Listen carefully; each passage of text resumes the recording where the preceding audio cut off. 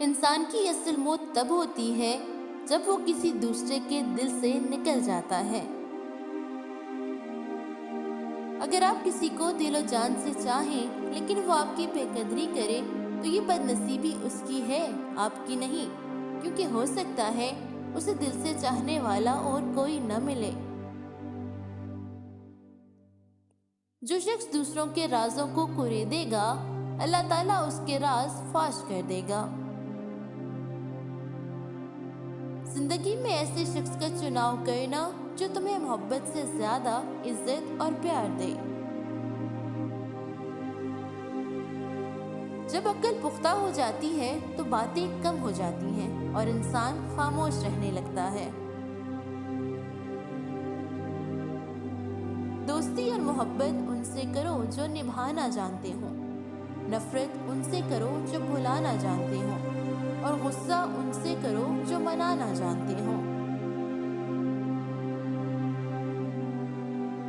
اگر کوئی تم سے ناراض ہے اور اسے اس بات کا غرور ہے کہ تم اسے منا لو گے تو اس کے غرور کو کبھی بھی ٹوٹنے نہ دینا۔ جس شخص سے محبت کی جائے اس سے مقابلہ نہیں کیا جاتا۔ کسی کی محبت کا پا لینا اہم نہیں بلکہ کسی کے دل میں جگہ بنا لینا اہم ہے۔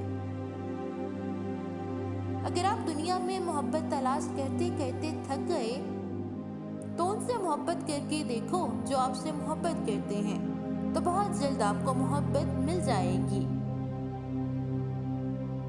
ذلت اٹھانے کے بجائے تکلیف اٹھا لو، کیونکہ تکلیف ایک وقت کے بعد ختم ہو جاتی ہے۔ دوستی کا بھرم تو صرف وہی لوگ رکھ سکتے ہیں جن کے سینے میں سمندر جیسا دل ہو۔ اگر تمہارا رشتہ اور تعلق عرش والے سے مضبوط ہے تو فرش والے تمہارا کچھ نہیں بگاڑ سکتے۔ اگر تم سے کسی کو سچی محبت اور پیار ہے تو وہ لازمی تمہیں فضول اور ناجائز کاموں سے روکے گا۔ اگر تم اس وقت بھی مسکرا سکتے ہو جب تم پوری طرح ٹوٹ چکے ہو تو تم سے مضبوط انسان کوئی نہیں۔ ایک ہفتے کے لیے روزانہ کشمش پانی میں بھگو کر صبح خالی پیٹ پئیں، اس سے جسم کھلتا ہے اور کمزوری دور ہوتی ہے۔ لڑکیوں کے لیے ماہواری کے دنوں میں بہت بہترین ہے، نیا خون بنتا ہے اور تھکاوٹ دور ہوتی ہے۔